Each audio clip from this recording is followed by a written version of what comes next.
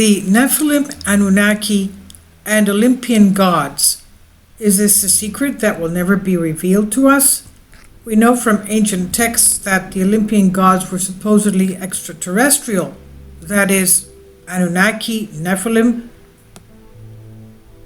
The geographical area of Greece and Mesopotamia had a very common meeting place, quote unquote, for both the West and the East for as long as history has been recorded, due to the seemingly continuous interaction between them.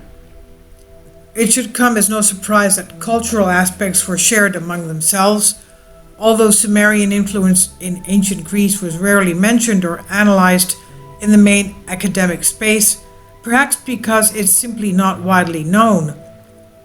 On the contrary, we encounter real glimpses of Greek thought and life in Sumerian society. However, there are several similarities and few differences between the pantheon of the Sumerians and the pantheon of the ancient Greeks and their Olympian gods.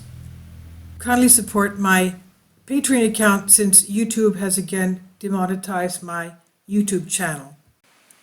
The daily posts are 5 videos daily, and they are totally different from what I have on my YouTube channel. Thank you so much for your support and that you find all my content so interesting. You'll find the Patreon account details in the description box below.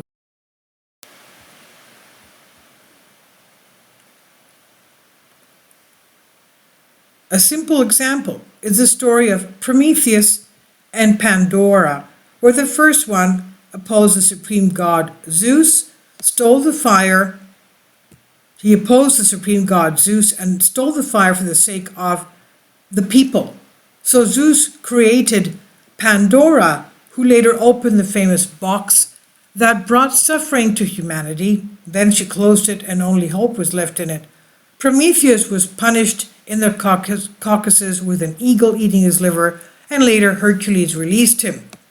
We find a similar story in the very important god Enki, with roles and stories that we see repeated with minor or major differences, but the essence remains the same.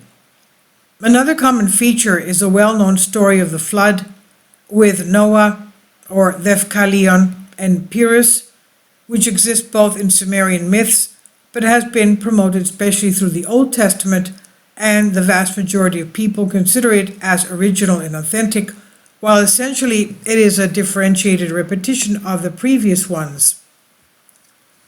And we find similar analogies in the stories of the higher gods, both in their family tree and in other cases, or even in their way of life, with other protagonists and other names, but with many in common.